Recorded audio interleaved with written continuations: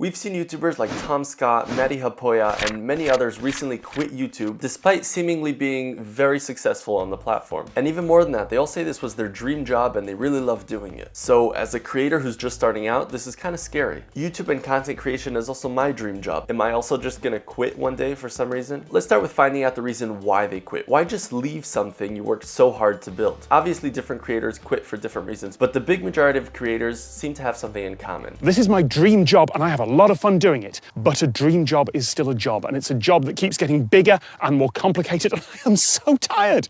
There's nothing in my life right now except work. For about the past 2 years, I'm doing less and less creative work. My passion turned into a business that just grew too big. I don't get any satisfaction from the type of work that I do here anymore. For the past 10 years of my life, there has not been a single vacation where I was not working. My whole life just turned to this business, and it's all fun when you get to make videos, but not when you're managing a business and constantly doing tasks that you just don't like to do. I miss to be creative. I really miss that so much. YouTube went from being a passion that they had and a way to express their creativity to a stressful business they have to run, with the feeling of always needing to show up and posting content that the viewers, advertisers, and the algorithm all like. All while YouTube is becoming a more and more competitive space with big budget companies competing against you, it's really risky to not post often enough, and even worse, to post content that won't get clicks. And the content that does get clicks isn't necessarily always the content you feel like making. So how can we prevent ourselves from eventually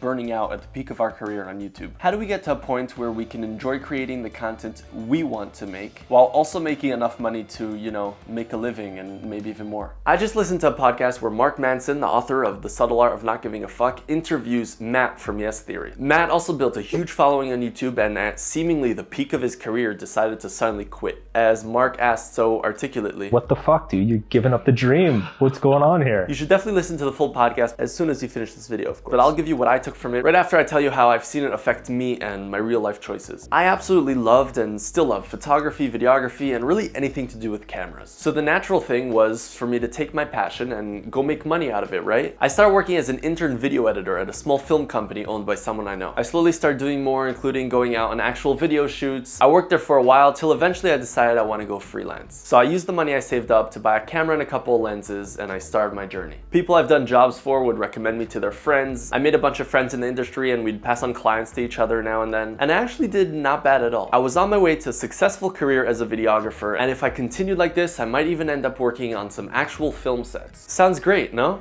Well, not really. People thought I was getting everything I wanted when in reality, I was slowly losing my passion for filmmaking. I enjoyed making films for myself where I got to decide the storyline and how it's gonna look, not dealing with annoying clients who always have last-minute changes and don't realize that photos and videos need to be edited before I could send them out. I realized that I wasn't enjoying things like street photography, for example, which I used to love. Instead, now my camera reminded me of dealing with annoying clients more than it reminded me of creativity and enjoyable storytelling like I used to. All this led to a couple months ago when a fucking war broke out in my country. I had a couple events get canceled and I didn't know when things were gonna get back to normal. At the same time, I saw that a contractor who lives in my neighborhood was looking for new construction workers, and I decided maybe it's time for something new. I reached out to him and I said that although I don't have any actual experience in construction, I was willing to learn, and he agreed to take me for a 2-week trial period. On the first day at my new job, the construction job, the guy I used to work for, whose film company has grown nicely since, called me and offered me a full-time job by him, which would have paid much more than the construction job,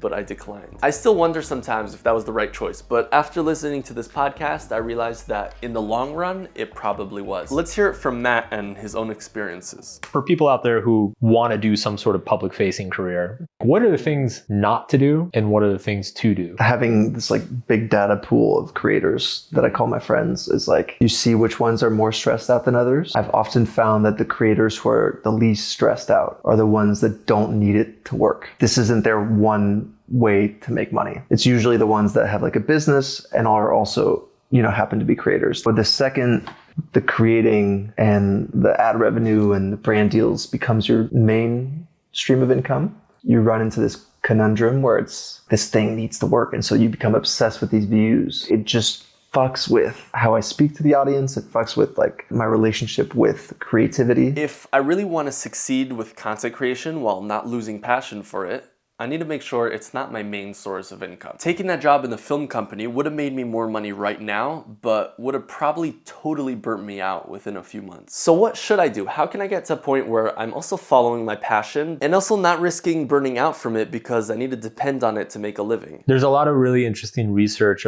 around what they call intrinsic motivation versus extrinsic motivation. Intrinsic motivation is you're doing this for yourself. Extrinsic motivation is you get paid for it. It's like external incentives pushing you to do something. External motivation is really, really good for non-creative tasks. If you're a plumber or an accountant, the external rewards are like very motivating and they feel very good. What they found is that external motivators kill creative work, like destroy the motivation for creative work. Seemingly the best solution would be to totally separate them. Find yourself a job you can make a living from. A non-creative job that has extrinsic motivation like most jobs out there, in my case construction, and then follow your passion in a way where you don't need to make money from it. In my case, probably like I'm doing right now, making YouTube videos. And what if I still want to go all in on my passion and make a living out of it? I'm afraid I won't be able to properly operate a YouTube channel while also working a full-time job in construction. Don't worry, I found 2 solutions that might work for you. The first one is from this same podcast. The closest thing I've ever heard to any solution comes from Hollywood, which is there's a saying in Hollywood, you do one for them and one for you. You do like one Marvel movie that's going to make a shitload of money. So then the studio agrees to greenlight your passion project that's going to lose a bunch of money. And then you just go back and forth.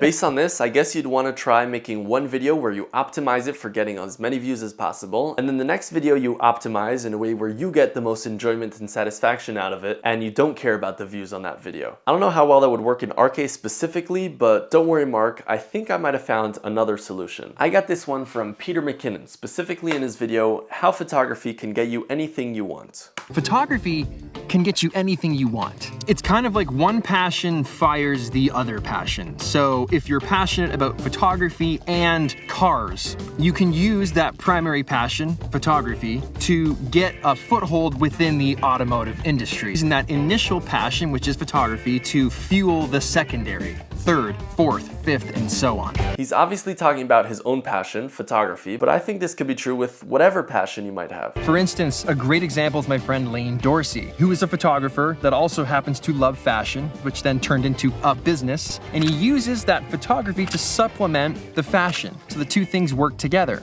I truly believe that this formula is a way to get in the door with pretty much any industry possible. I'm gonna try translating this to our case with content creation and construction, and you try translating it to your case and tell me about it in the comments. I'm curious. Let's say I was to start a construction company. That would be my main source of income, and I can use my content creation and videography passion to promote my main business. So I'm not dependent on videography for making a living, but I still get to do it, and it's supporting my main business, which I'm making a living from. I'm very curious what Mark Manson would have to say about this, and if he thinks Pete's advice would work in my case and in general. So I'm gonna try sending you this video, Mark, and if you see it, it would mean the world to me if you can leave a comment telling us what you think. And for the rest of you watching, I have a favor to ask. Out of all my videos so far, this is the script I'm most proud of, and it would mean a lot to me if you could like this video, leave a comment with your feedback, and maybe even share this video with someone you think would relate to it. Thank you so much for watching, and hopefully we all find a way to truly follow our passions without getting burnt out on the way.